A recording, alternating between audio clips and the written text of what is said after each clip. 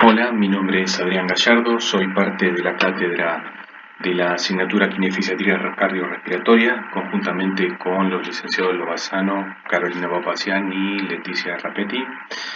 En esta ocasión vamos a hablar sobre la vía aérea, puntualmente sobre el manejo de la vía aérea, haciendo hincapié en la vía aérea dificultosa, los instrumentos que tenemos para poder manejarla y poder acceder a ella, que seguramente ustedes ya habrán visto en la asignatura Soporte Vital Básico, pero no está de más recordar algunos conceptos, sobre todo considerando que en esta ocasión vamos a hacer el foco en lo que posiblemente venga después de la instrumentación de la vía aérea, y esto es la instauración de la ventilación mecánica o la limpieza de la vía aérea, asegurar la vía aérea en los casos en los cuales los pacientes no puedan sostenerla por sus propios medios, no puedan tener lo que llamamos la defensa de la vía aérea, como pueden ser el reflejo de oxígeno, el reflejo nauseoso, eh, y que, insisto, seguramente ustedes ya habrán visto, pero le vamos a dar un enfoque levemente distinto y en este sentido la importancia ya cambia el foco. Para iniciar, les comento rápidamente, una buena parte del material que vamos a ver hoy aquí, que vamos a ir tocando, ha salido del libro Vía Aérea de la Sociedad Argentina de Terapia Intensiva. Este libro ya va por su segunda edición, pero los contenidos son básicamente los mismos en la primera y la segunda edición. Aquí lo que ven es la tapa de la primera edición. Y otra parte importante de la presentación ha salido de la Fundación Alfred, sobre todo aquello que esté relacionado con los procesos de intubación orotraqueal.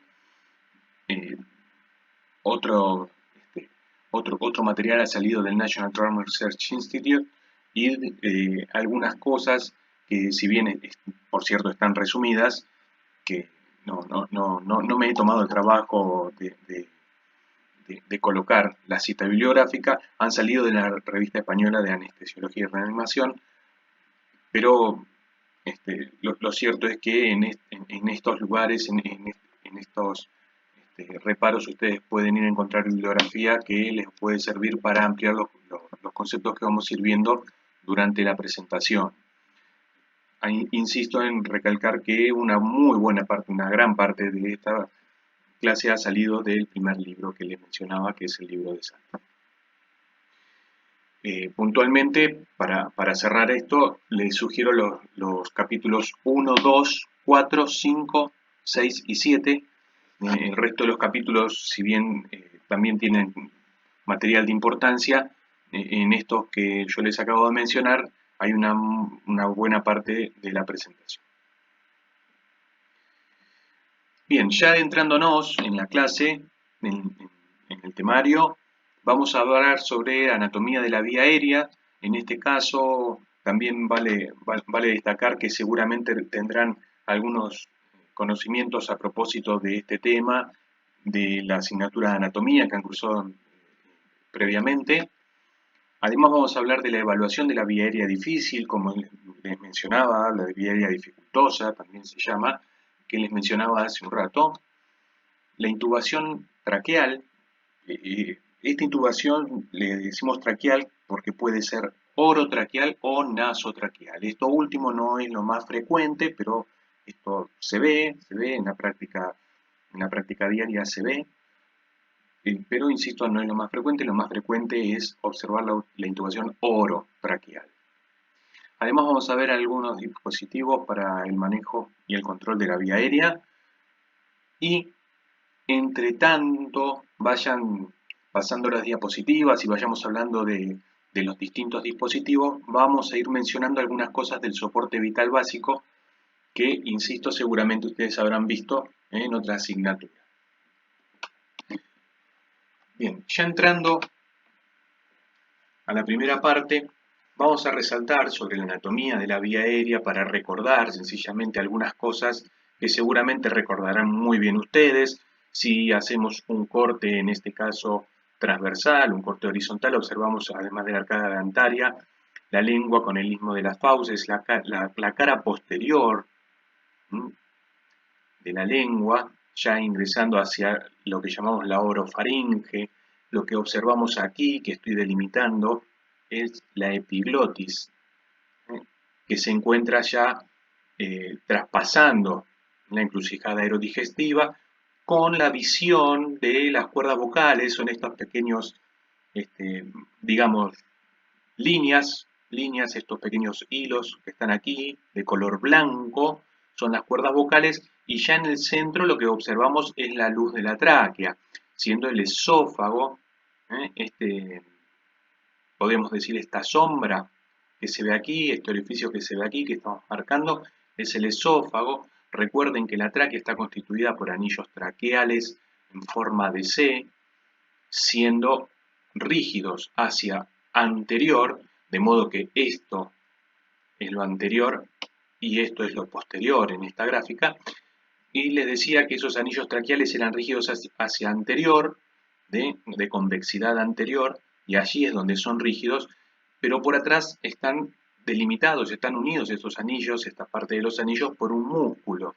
Y este músculo muchas veces se ve lesionado, formando lo que llamamos una fístula traqueoesofágica. A veces esa fístula, esa lesión, esa perforación que se hace en la vía aérea que comunica con el esófago, responde a una presión alta en la insuflación de los balones que tienen los dispositivos para asegurar la vía aérea, y en este sentido es que hay que tener algún cuidado siempre en el inflado, que ya vamos a ir mencionando en el correr de la presentación. El mismo corte, pero en este caso, el mismo sector, perdón, pero en este caso ya en un corte sagital, lo que observamos aquí es la lengua en su totalidad. Cuando yo les hablaba del istmo de la fauce, la cara posterior de la lengua es esta parte que se ve aquí, que observamos aquí atrás, y observen qué característico, existe muy pequeño espacio de pasaje de aire por aquí. ¿Sí? El pasaje el lugar que tiene para pasar, el espacio que tiene para pasar el aire es muy pequeño aquí. Y a veces, ya vamos a ver en diapositivas siguientes, que es muy común observar que cuando el paciente se acuesta y está sedado, o en algunos casos cuando el paciente es obeso y tiene una distancia tiromentoniana muy pequeña, o son esos pacientes que decimos que tienen un cuello muy corto, es muy común observar que esta parte de la lengua, es decir, la zona posterior, se relaja y ocluye contactando con la zona o con la pared posterior de la laringe. Eso lo que termina generando es una apnea, en estos casos si el paciente está durmiendo, es una apnea del sueño, que si el paciente está durmiendo, muy posiblemente o ronque o se despierte, pero si el paciente está sedado o con un deterioro del sensorio muy marcado, digamos, por ejemplo, por un traumatismo cráneoencefálico severo, es muy probable que genere una obstrucción al flujo aéreo y la imposibilidad de respirar posterior. Bien, siguiendo, siempre con el mismo corte, lo que observamos aquí son las estructuras. Acá decíamos que estaba la lengua, que contactaba en su cara posterior contra la laringe. Esto que ven aquí es el maxilar superior, la úvula, que reviste importancia para una clasificación que ya vamos a ver, que es la clasificación de Malampati, que en este caso es para determinar cuál es la dificultad que vamos a tener para acceder a la vía aérea. Pero bueno, no es este el corte para observar una clasificación de Malampati es una visión anterior. Aquí vemos el maxilar inferior, el hueso hioides, la epiglotis, que en este caso se encuentra abierta, se encuentra levantada, se encuentra abierta, accediendo aquí, por este camino que estoy señalando, hacia las cuerdas vocales.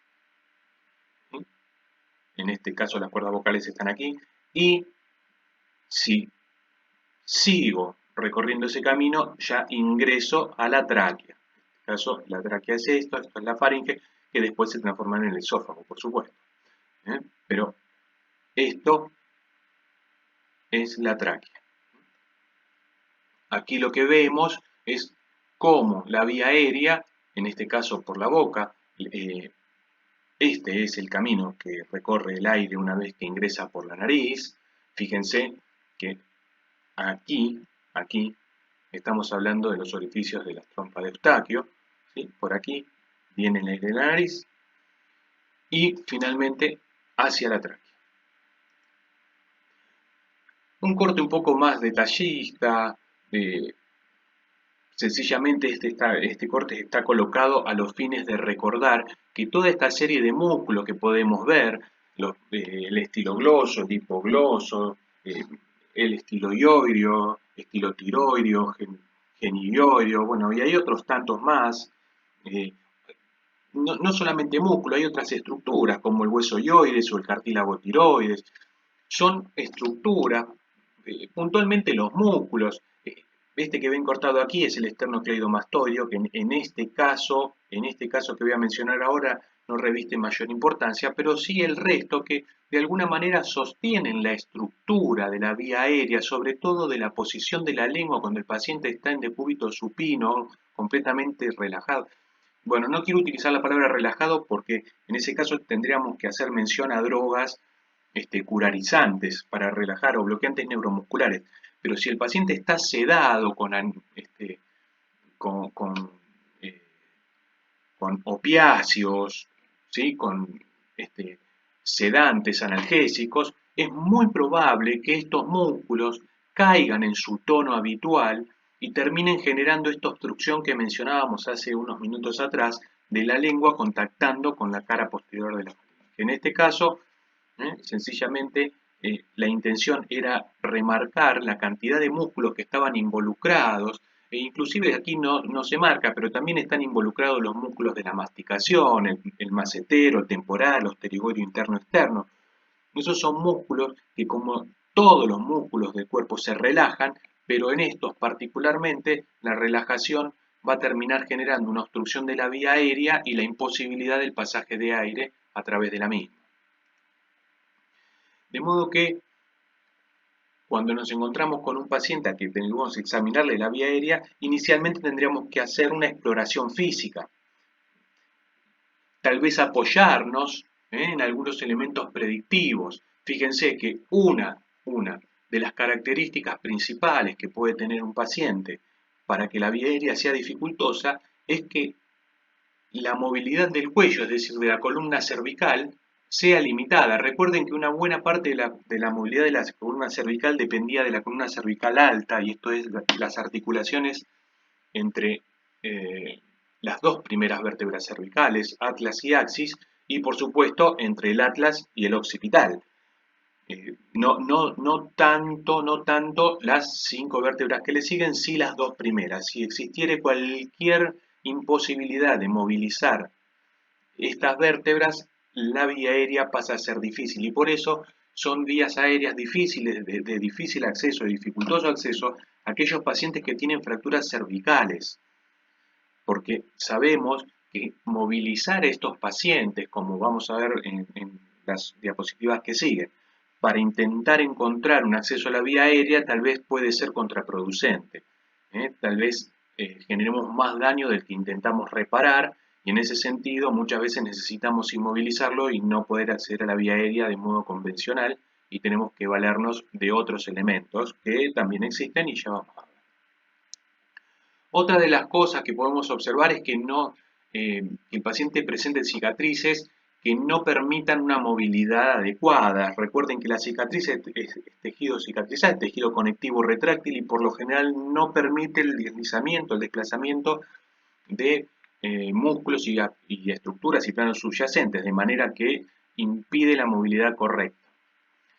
Por supuesto que la cifosis, esto es si el paciente está en decúbito, siempre considerando el decúbito supino. El paciente esté en decúbito supino, posiblemente si tiene una cifosis pronunciada, es muy probable que tenga una antepulsión, una antipulsión de la columna cervical. De manera que va a estar un poco más difícil todavía acceder a esa vía aérea, sobre todo cuando querramos alinear los ejes de la boca y el eje de la vía aérea total, que ya vamos a ver, pero son pacientes que tienen la cabeza hacia adelante respecto del cuerpo, en un plano más anterior, y esas son condiciones que dificultan el acceso normal a la vía aérea. Por supuesto que traumatismos y quemaduras también imposibilitan el acceso normal a la vía aérea por distintos motivos. Eh, las quemaduras, por ejemplo, porque una quemadura hace que la vía aérea esté muchísimo más friable, y esto es que las estructuras están muchísimo más dañadas. El acceso a esa vía aérea se dificulta por las lesiones que uno puede producir al ingresar por la vía aérea, lastimando, generando tal vez hemorragias. Y los traumatismos, como les mencionaba anteriormente, muchas veces necesitamos inmovilizar el cuello, y el cuello que no se mueve es un poco más complejo para ingresar a esa vía aérea, porque recuerden que una de las posiciones que necesitamos colocar inicialmente es lo que llamamos la posición de olfateo, y esto es una posición donde la cabeza va hacia atrás en extensión, y eso representaría que las vértebras magnifiquen, maximicen su lordosis fisiológica, pero considerando que está traumatizado y que existe algún tipo de inestabilidad, no podríamos moverlo. De manera que no estaría nada mal, considerando lo anterior, tener en cuenta cuáles son los antecedentes del paciente. Si es un paciente que ya tuvo trastornos de la vía aérea, si fue traqueostomizado, si tuvo algún accidente, si tiene fijaciones cervicales, si tiene algún tipo de impedimento físico en la movilidad de su cuello. Para esto no solamente nos valemos de la historia clínica que el paciente refiera, sino que además podemos hacer algún tipo de exploración. Fíjense, por ejemplo, que una exploración muy simple, muy simple, muy simple, es observar qué tanto abre la boca el paciente. Hay pacientes que se observan que por retracción, por tensión incrementada, en gran medida de los músculos maceteros o temporales, tienen una apertura bucal muy pequeña. La apertura bucal aproximadamente debiera ser de 3 dedos, del través de 3 dedos.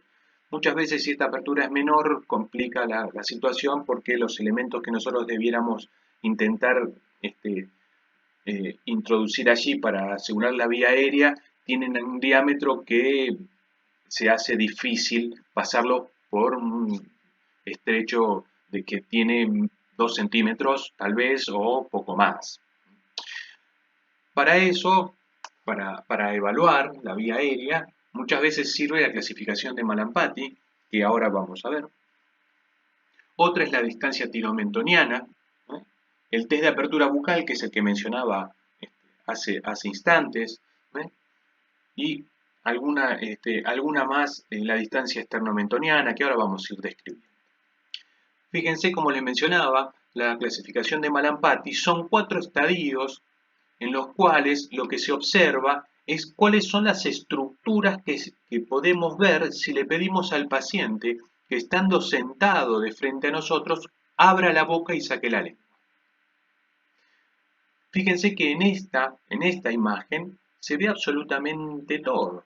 Se ve la lengua, por supuesto, con los pilares, el paladar blando, la úvula. Pero en este caso, y esto representaría, perdón, lo que llamamos un Malampati 1, y esto es que se ve absolutamente todo. Ahora, fíjense que en este caso ya la lengua pareciera estar un poco más elevada, tan elevada, que ya parte de los pilares no se observa.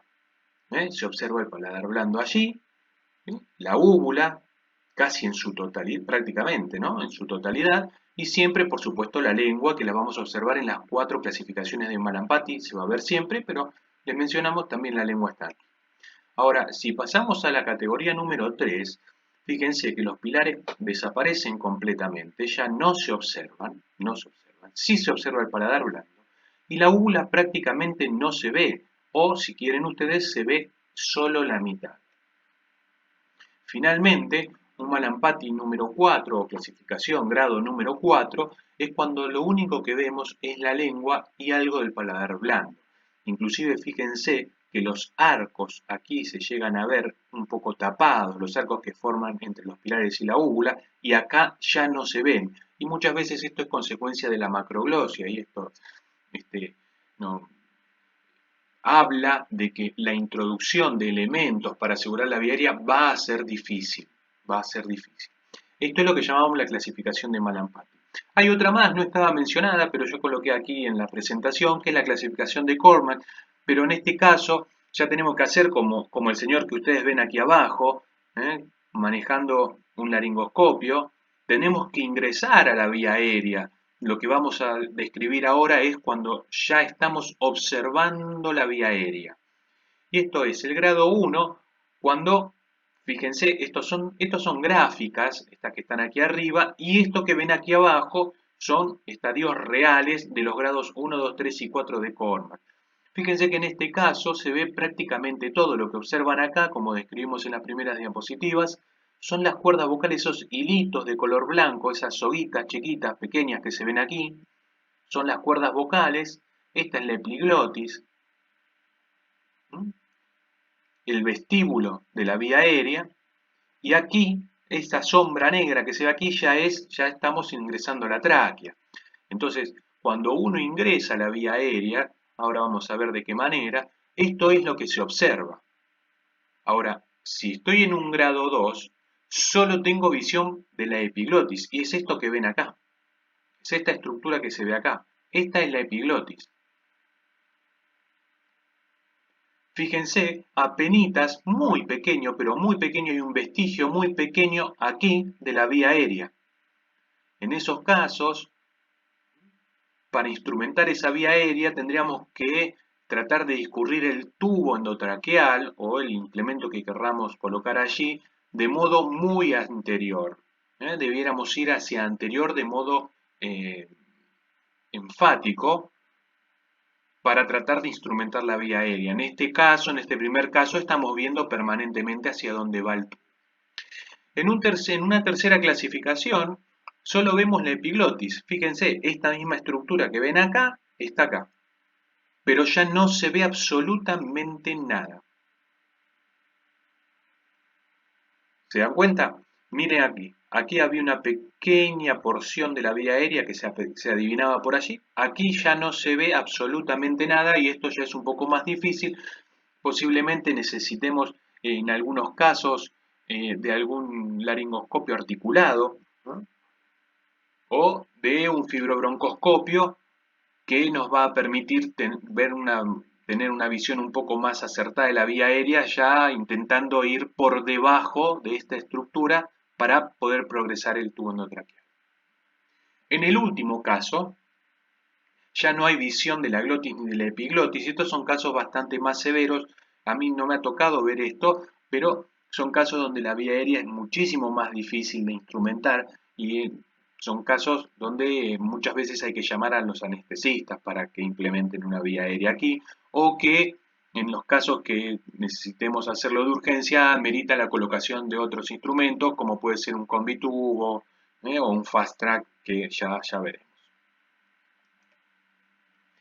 Bien, siguiendo en la valoración de la vía aérea, una de las opciones es la distancia tiromentoniana. Y ustedes ven aquí en esta foto que esa distancia tiromentoniana, debiera ser de 3 traveses de dedo.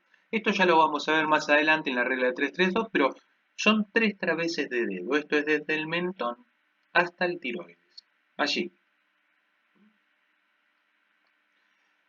Fíjense que si una distancia tiromentoniana es mayor a 7 centímetros, que es aproximadamente lo que tienen 3 dedos, entonces yo podría decir que la intubación orotraqueal va a ser fácil, o por lo menos es como así se presenta. Ahora, si esa distancia es menor, por ejemplo, con los pacientes que tienen cuello muy corto, ¿no? Los pacientes que son obesos, ¿no? Los pacientes que tienen retrognatia muy pronunciada, esta distancia se acorta y uno ya puede adivinar que esa intubación va a ser un poco más difícil. Es indicador de vía aérea difícil. En esos casos muchas veces nos conviene eh, un laringoscopio, insisto, que sea articulado, pero es como se puede tener alguna ventaja con algún boroscopio, algún eh, fibroscopio que nos permita ver un poco mejor allí en la vía aérea. En este caso, lo que observamos, como decía recién, es una distancia tiromentoniana muy pequeña, muy pequeña. Si bien es un dibujo, este paciente intenta mostrar a un paciente obeso con un cuello muy corto, la distancia tiromentoniana muy pequeña, y del mismo modo que ustedes podrán adivinar que si el paciente es obeso, tiene alto contenido de tejido adiposo en el resto del cuerpo, también lo tiene en los músculos que describíamos hace un minuto atrás. Estoy hablando del genio gloso, del estilo ioideo, el estilo tiroideo. Estoy hablando de estos músculos que conforman el aparato masticatorio, el aparato, digo bien, el aparato masticatorio, y le dan forma a la cavidad bucal y además movilizan la lengua. Fíjense, en este caso la lengua está caída y obstruye claramente el pasaje de aire tanto de la boca como de la nariz hacia la vía aérea, hacia la vía aérea. De manera que este paciente es muy probable tenga apneas del sueño, ya veremos oportunamente de qué se tratan las apneas del sueño, el síndrome de Piwik, eh, pero para hacerlo rápido, esto se obstruye, el señor sigue haciendo fuerza para respirar, es decir, que hace fuerza negativa con su diafragma, esto genera vacío, el aire no pasa hasta que finalmente el señor hace un poco más de fuerza, entonces el vacío que genera acá hace que el aire pase, el señor ronca hasta que en algún momento no puede seguir respirando porque la cantidad de presión que hace no alcanza para liberar todo el espacio que está ocluido por esa lengua y el señor finalmente se despierta con falta de aire, acumulación de CO2 y falta de aire. Les decía recién que otra de las reglas para evaluar la dificultad de la vía aérea es la regla del Lemon. Y Lemon no es ni más ni menos que una regla mnemotécnica. Aquí tienen Lemon allí y Lemon aquí. Y fíjense, claramente está hecha en inglés. Lemon significa observar externamente. Fíjense que observando externamente podíamos adivinar el señor que vimos hace un ratito, que ya teniendo cuello corto podíamos fijarnos allí, que el señor tenía una distancia tiromentoniana pequeña, menor a los 7 centímetros y que iba a ser una vía aérea dificultosa ya de antemano solamente con mirarlo. Además tendríamos que evaluar la regla del 332, que es esto que ven aquí.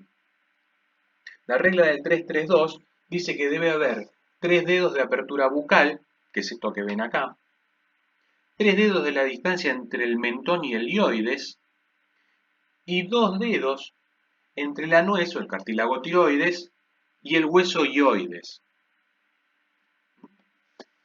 Además, la clasificación de Malampati que ya vimos oportunamente, debiéramos observar que no exista ningún tipo de obstrucción, es decir, que el señor no se haya tragado nada, por ejemplo.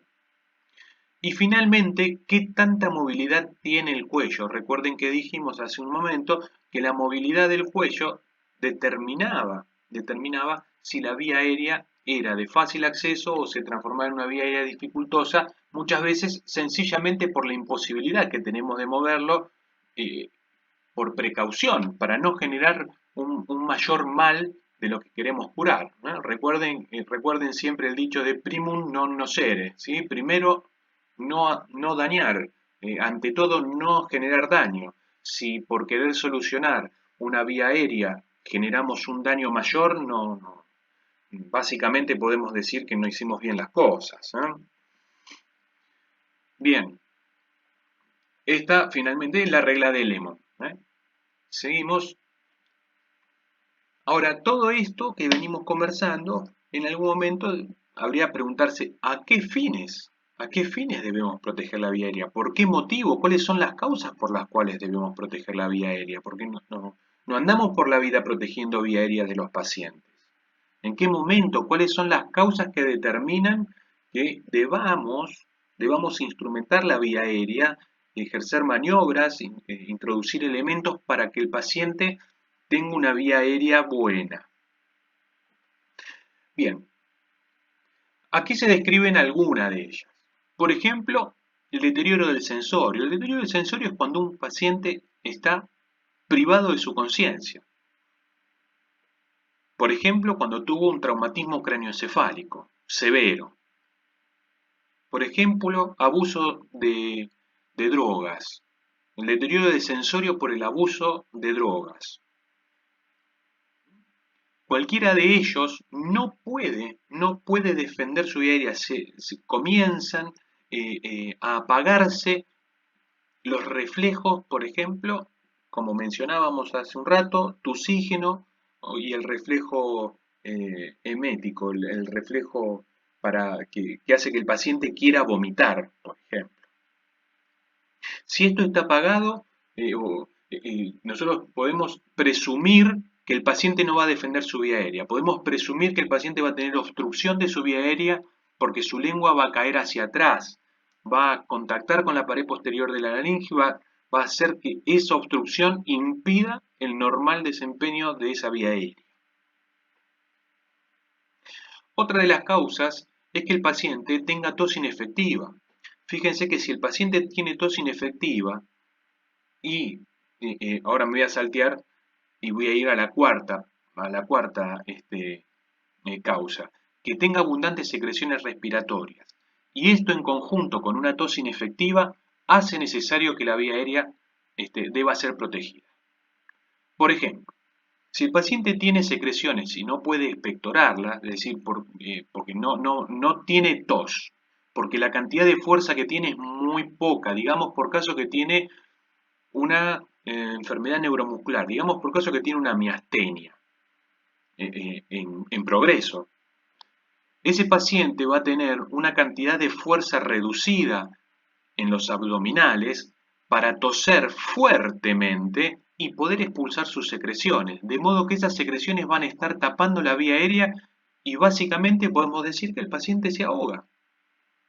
Entonces, en esos casos debemos proteger la vía aérea. Del mismo modo, puede haber una alteración de la deglución en estos pacientes miasténicos, o en un Guillain-Barré o en un Miller-Fisher. Lo cierto es que alteran los normales funcionamientos de los músculos. Recuerden que la deglución es un proceso combinado, bifásico, voluntario e involuntario. La primera mitad de la deglución es un proceso voluntario en el cual el sujeto mastica, maneja el bolo alimenticio dentro de la boca y finalmente, de modo voluntario, traga. Ahora, una vez que esto sucedió, lo que continúa después son una serie de reflejos consecutivos que se desencadenan cuando el bolo alimenticio va pasando a través del trayecto deglutorio, pero si el paciente tiene un trastorno muscular, no sucede ni lo primero ni lo último. Y esto es que el paciente no puede controlar el contenido dentro de la boca, el contenido de comida o de líquido, el que sea, sólido o semisólido o líquido, no lo puede controlar correctamente, de manera que lo que termina sucediendo es que el paciente envía ese bolo alimenticio, ese contenido bucal, lo envía muy probablemente hacia la vía aérea.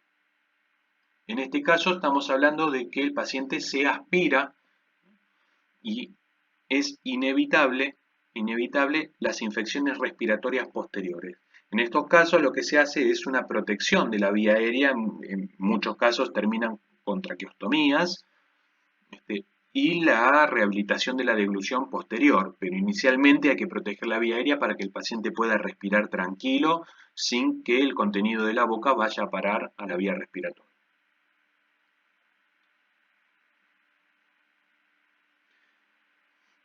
Ahora, una vez que necesitamos instrumentar esa vía aérea, hay algunos cuidados previos, porque uno no puede largarse a realizar un procedimiento de estas características sin haber previsto algunas cosas. Por ejemplo, es necesario saber que está todo el material en muchas terapias intensivas, eh, lo que llamamos el carro de paro o el kit de intubación.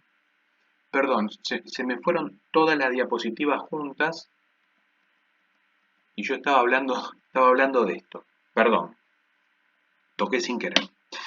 Les decía que eh, en muchas terapias intensivas ya está dispuesto el material en cajas o en mesas directamente preparado para intubar al paciente.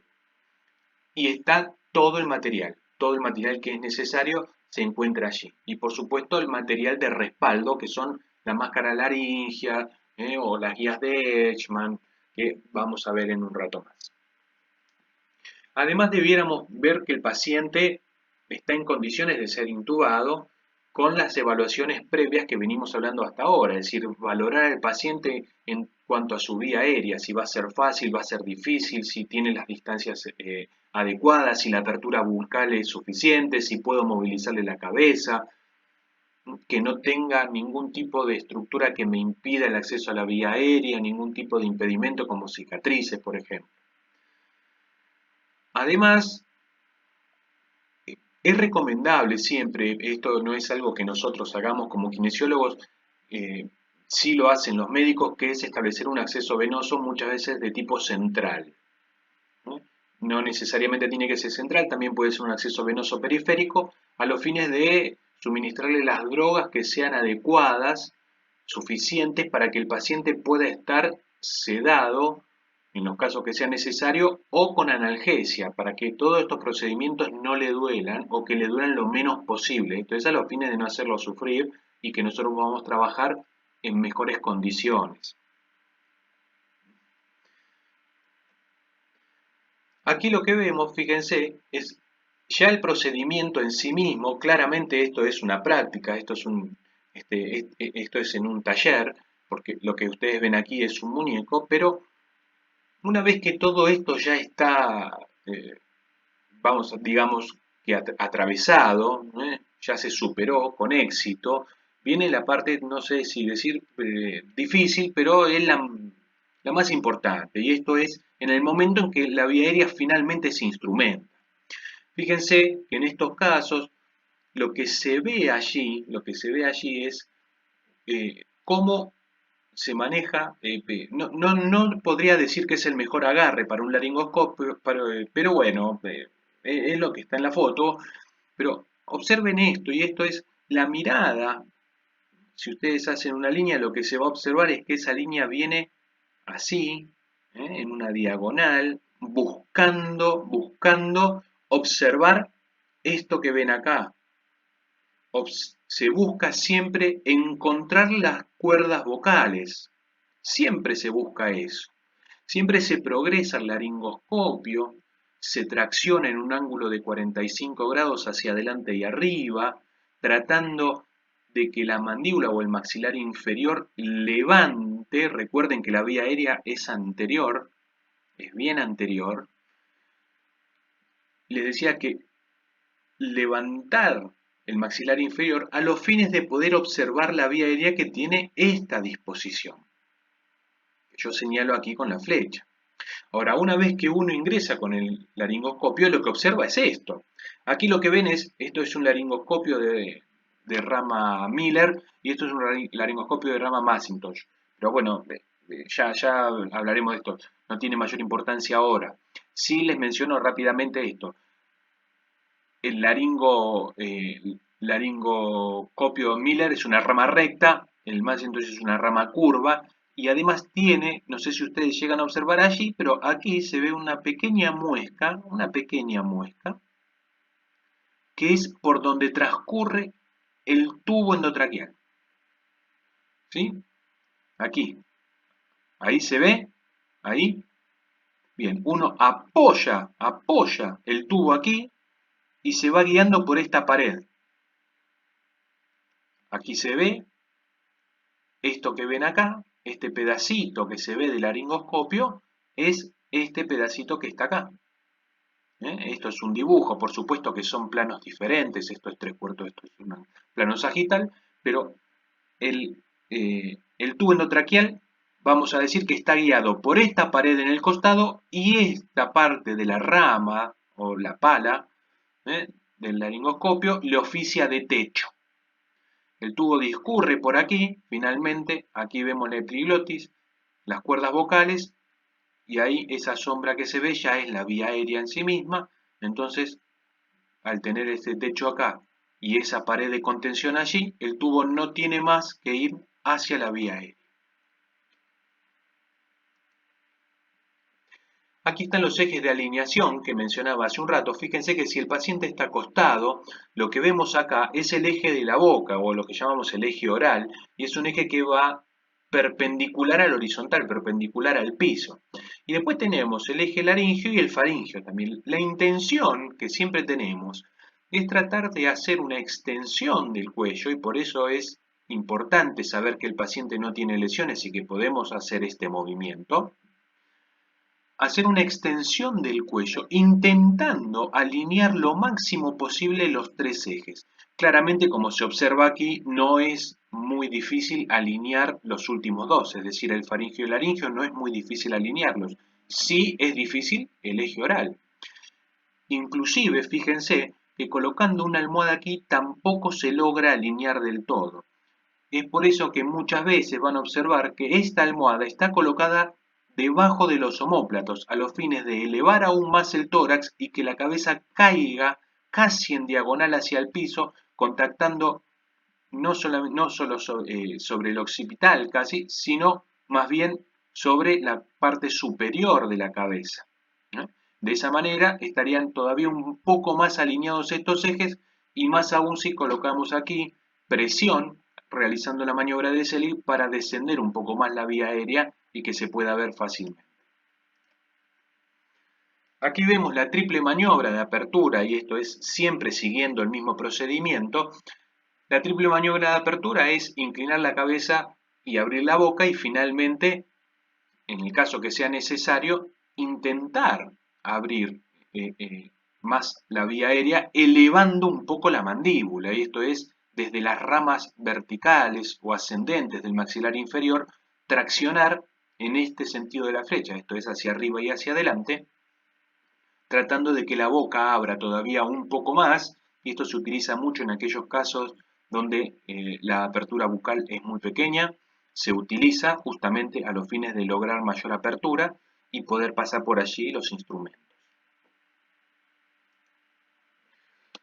Bien, como les decía hace un rato, existen dos tipos de laringoscopios que, si bien los mangos son iguales, las ramas son bien distintas, las palas son distintas. Fíjense, en este caso tenemos una rama curva y es lo que llamamos laringoscopio o rama del tipo Macintosh o la Miller, que es más utilizada en pediatría. Fíjense que es muy derecha, es bastante difícil intubar un paciente adulto con esto, por lo general se utiliza en pediatría. Y en estos casos, vale mencionar, en estos casos, a veces existe aquí, a este nivel, una pequeña articulación muy chiquita, que se acciona desde el mango, y lo que termina haciendo es levantando todavía un poco más esta punta, es decir, generando una curvatura un poquito mayor, porque muchas veces necesitamos que esa epiglotis levante un poquito más. Nosotros no logramos hacerlo bien desde la tracción que tenemos que ejercer con el mango, y accionando a veces esa pequeña articulación, esta parte distal termina por levantar la epiglotis, y allí se hace muchísimo más simple, más sencillo colocar el tubo endotraqueal. Bien, cuando se intuba a ese paciente, finalmente, la gran mayoría de las veces se hace con lo que llamamos una secuencia rápida de intubación. Y esto es una secuencia que dura en total unos 15 segundos, más o menos. El tema es que aquí lo que estamos viendo es todo el proceso. Son 7 pasos, que es lo que llamamos la regla de las 7 P, por planificación, preoxigenación, premedicación, parálisis e hipnosis simultánea, posición de paciente, posicionar el tubo endotraqueal y el paso de comprobación del tubo. Pero lo que intento decir no es esto de la regla de la 7P, sino que el proceso completo lleva mucho más tiempo.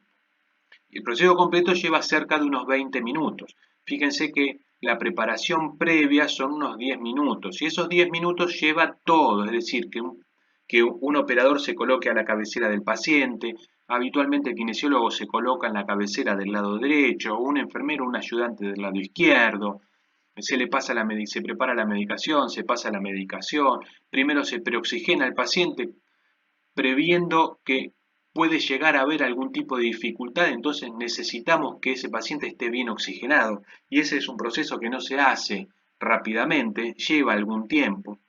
Se le pasa la medicación, se espera que le haga que le haga efecto y es un poco de tiempo, no es demasiado, serán unos minutos, pero estar seguro que el paciente está completamente sedado para ingresar a la vía aérea, sobre todo cuando se quiere hacer una intubación orotraqueal. Cuando la intubación es nasotraqueal o la vía de acceso es la nariz, necesitamos que el paciente esté consciente o semi-inconsciente porque necesitamos que esté ventilando por sus propios medios. Estos procedimientos de intubación nasotraqueal deben hacerse escuchando la columna de aire que pasa a través del tubo que estamos queriendo insertar.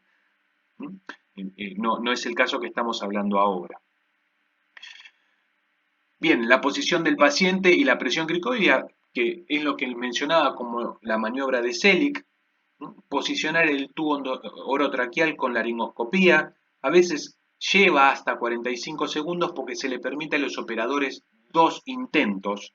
Si el operador hace un intento y no lo logra, tiene todavía un segundo intento. Si ya no lo logra, una buena práctica es que pruebe otra persona y no un tercer intento. Y finalmente, comprobar la posición del tubo. Y esto es, por ejemplo, fijarse que el tubo se empañe cuando el paciente respira. El vapor de agua que sale de los pulmones hace que el tubo se empañe en expiración. Y cuando el paciente inspira, el tubo se aclara. Esa es una buena forma de comprobar. Otra buena forma de comprobar es la ocultación, por supuesto, esto está claro. Otra buena forma de comprobar es observar, es la observación de la expansión del tórax, que ambos hemitórax se expandan por partes iguales. Otra comprobación es observar, si en el caso que se tenga, claro está, la capnografía que presenta el paciente. Otra buena opción es, una vez que se coloca el tubo, es intentar con un ambú bolsear, hacer algunos ciclos respiratorios con esa bolsa y observar que no ofrezca resistencias, salvo que tenga un terrible trastorno de la vía aérea, que esté muy obstruido el paciente, no debiera tener resistencia, y quiero decir que esté muy obstruido y que esté en un proceso de hiperinsuflación dinámica, donde el ingreso de aire al sistema requiere de mucha presión y muy probablemente tenga una retracción elástica elevadísima. Si esto no sucede, entonces cuando uno bolsea a ese paciente debiera tener muy poca resistencia, ¿no? Bien, y vemos aquí algunas de las cosas que se preparan para el proceso de intubación.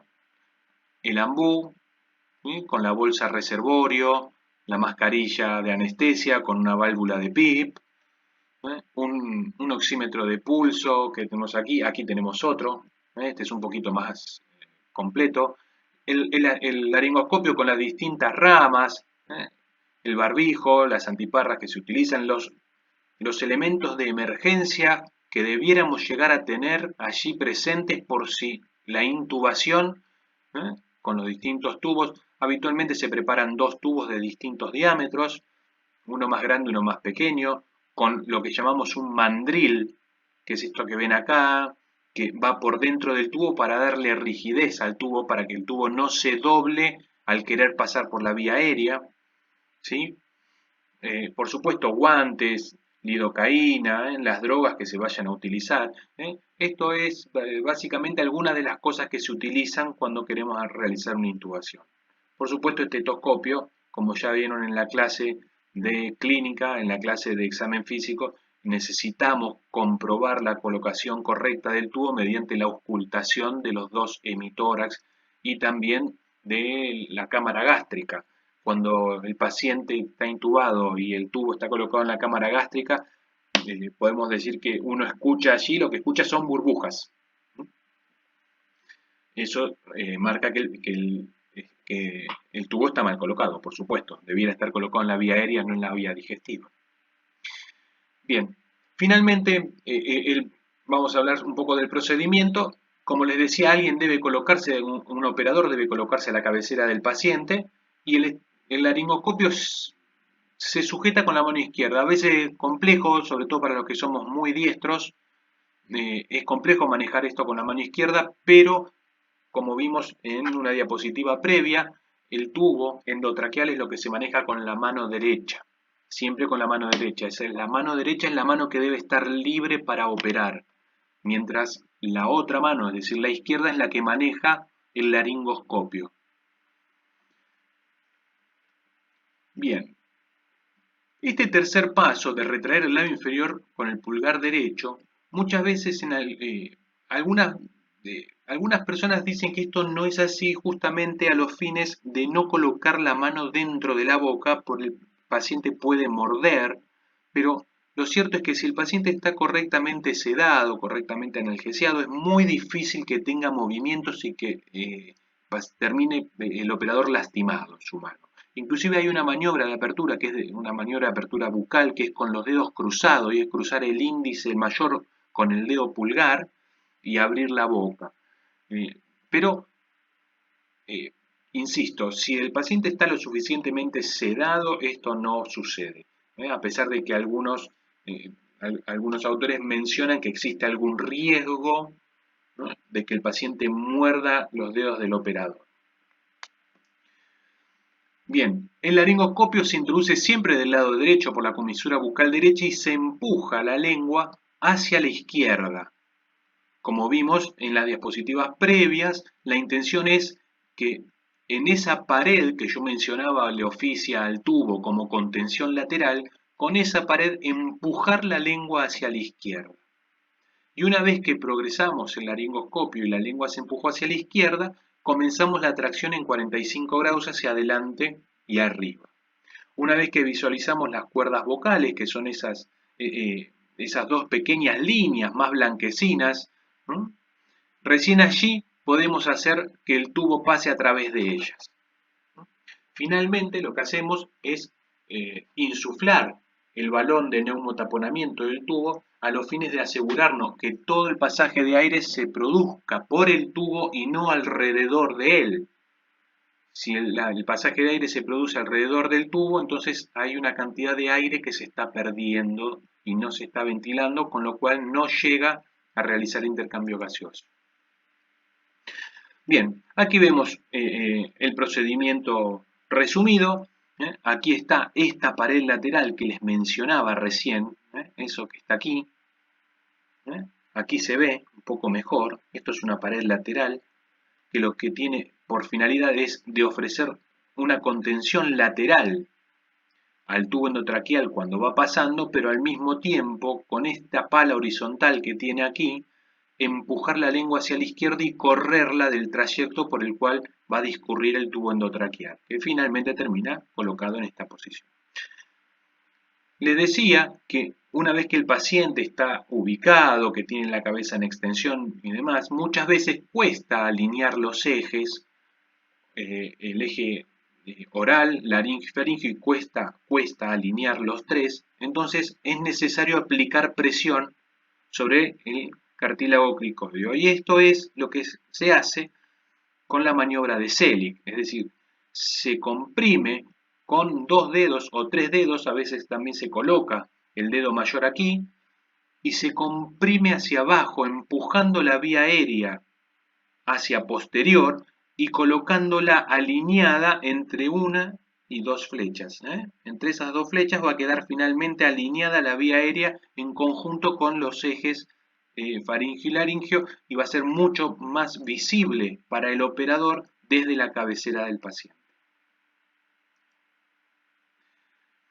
Bien, ya habíamos mencionado el CO2 de los gases exhalados por capnografía es una muy buena forma de observar que el tubo está bien colocado. La ocultación epigástrica y por supuesto bilateral en los campos pulmonares, la condensación en el tubo si el paciente respira y el tubo se empaña.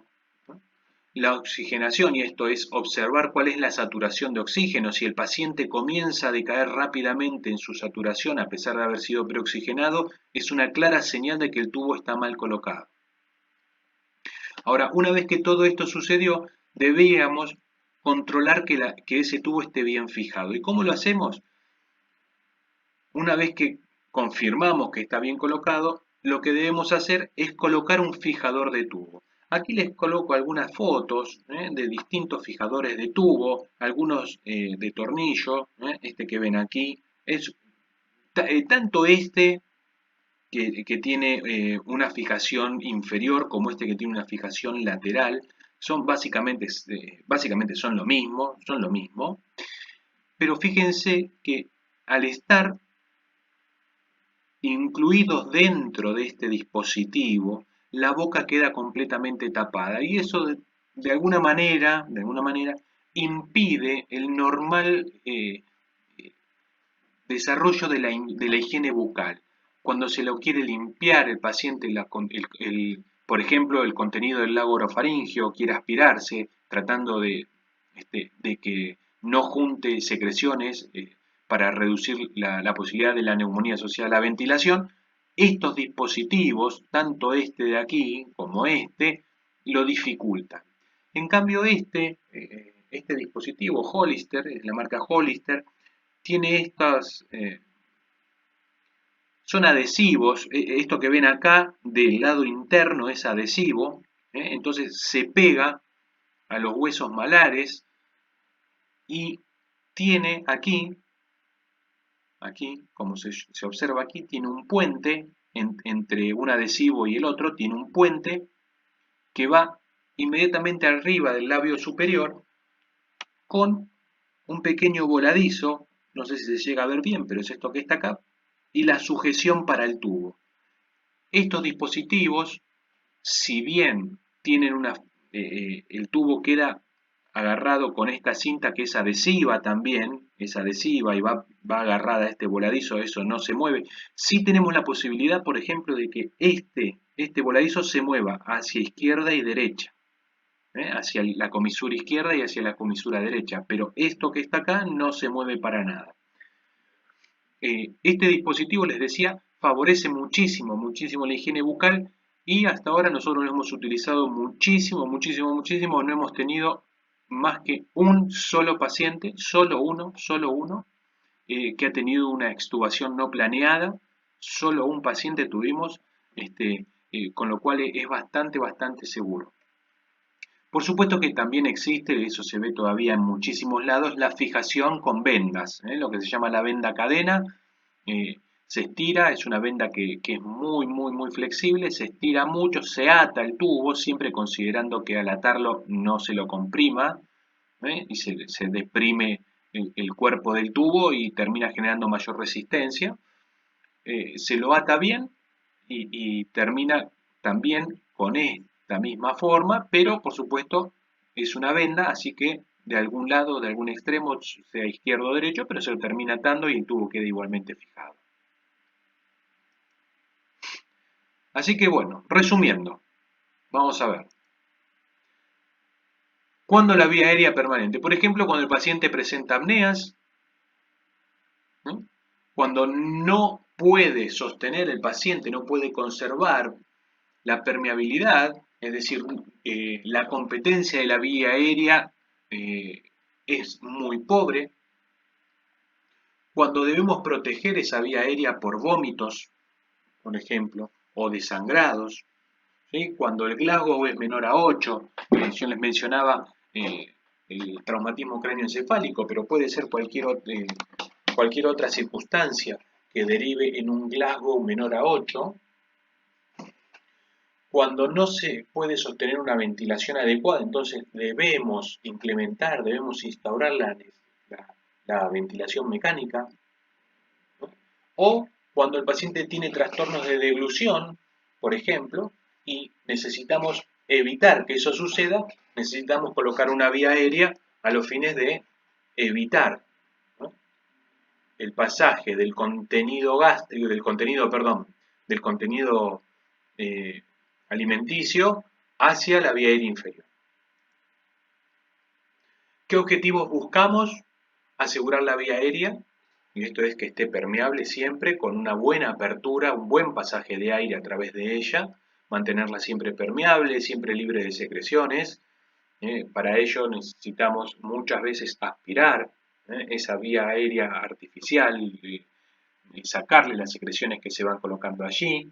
Además, también podemos ofrecer oxígeno suplementario. Este oxígeno suplementario se puede ofrecer sin la necesidad de instaurar una vía aérea artificial. Pero bueno, en muchos casos también necesitamos, además de la vía aérea artificial, implementar el oxígeno suplementario.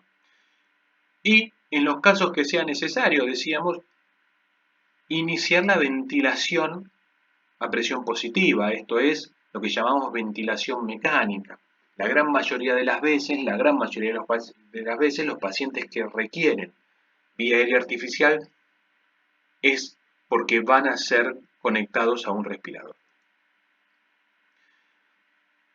Debiéramos asegurarnos que el tubo esté bien ubicado y con el balón inflado, con el balón de neumotaponamiento allí correctamente inflado. Siempre recordemos que ese balón de neumotaponamiento es un balón de alto volumen y baja presión, y esto significa que se hace muy grande con muy poquitas cantidades de presión, y esto es porque ese balón va a contactar contra las paredes de la vía aérea.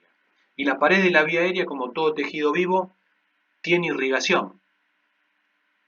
Y si tiene irrigación, tiene una cantidad de presión determinada de aporte sanguíneo.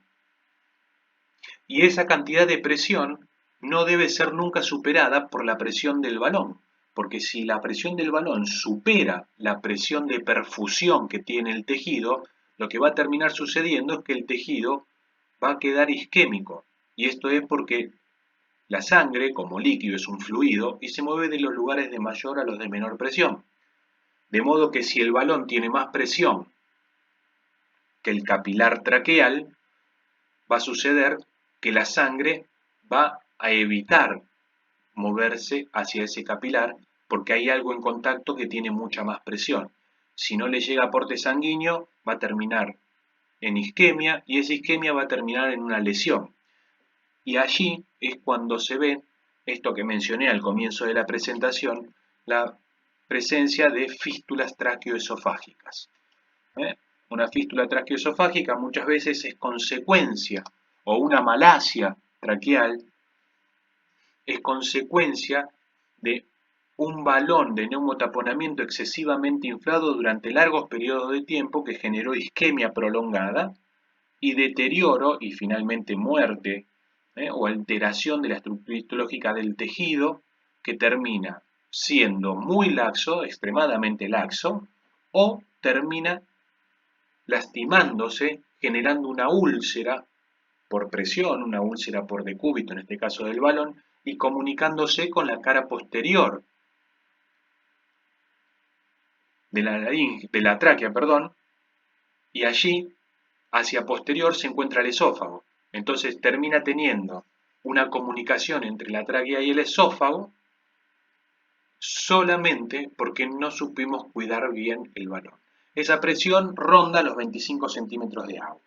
25 centímetros, 20 centímetros de agua, 25 centímetros de agua.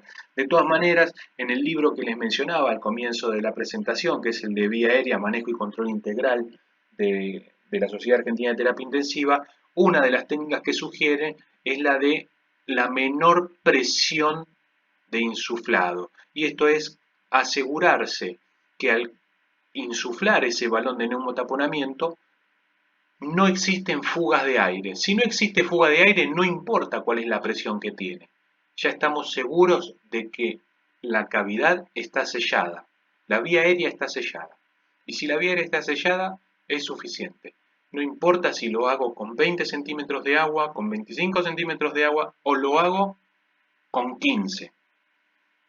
Si lo hago con 15 centímetros de agua y no existe fuga, también está bien, de acuerdo a las presentaciones que hay allí en ese libro.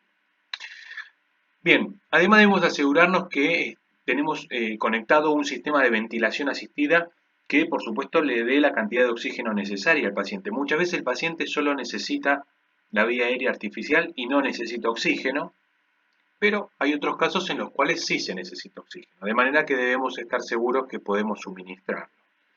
Y finalmente, estar asegurado que no se va a desplazar. Para eso están los fijadores de tubo que vimos hace un rato, o las cintas, o en algunos casos, esto lo he visto también en pediatría, muchas veces lo hacen con tela adhesiva. En la tela adhesiva, los chiquititos muchas veces le atan el tubo con tela adhesiva y se los pegan, quedan directamente pegados sin utilizar vendas o fijadores de tubo. Cualquiera de ellas es válida siempre que no exista el desplazamiento. Bien, algunas de las complicaciones de estos procedimientos, por supuesto, se pueden lastimar los dientes. Imagínense que el laringoscopio es metálico. Muchas veces intentar ingresar porque estamos en un apuro o porque en una urgencia complicada y el laringoscopio nos cuesta introducirlo y muchas veces se lastiman los dientes o se generan traumas en la lengua, traumas de la vía aérea porque el pasaje del tubo fue traumático, porque raspó mucho. No es infrecuente observar que al aspirar la vía aérea vienen algunos contenidos hemáticos en las secreciones y esto es consecuencia de que el tubo pasó por allí y raspó en la vía aérea. Esto también genera algunas veces laringoespasmos, o hemorragias. Algunas veces existe aspiración del contenido gástrico porque el paciente, ante todos estos eventos y al estar sedado, analgesiado, demás, muchas veces tiene regurgitación, es decir, reflujo gastroesofágico, y finalmente eso llega a la encrucijada aerodigestiva y pasa hacia la vía aérea. ¿eh? A veces encontramos con que esa intubación, el tubo se introdujo demasiado en la vía aérea, fue demasiado lejos y terminó intubándose de modo selectivo en un bronquio. Habitualmente suele ser el bronquio derecho, pero también puede pasar en el izquierdo. Lo más habitual es que sea el derecho, pero puede pasar en ambos, y en ese caso lo que estamos haciendo es dando ventilación a un solo pulmón, de manera que cuando se observe la correcta fijación del tubo por medio de la auscultación, de la expansión armónica de ambos hemitórax, ahí vamos a encontrar algunas discrepancias y tendríamos por lo menos que sospechar que el tubo está mal colocado. Algunas alteraciones desde lo cardiovascular, ¿no? O en este caso muchas veces observamos algún incremento de la presión intracraneana.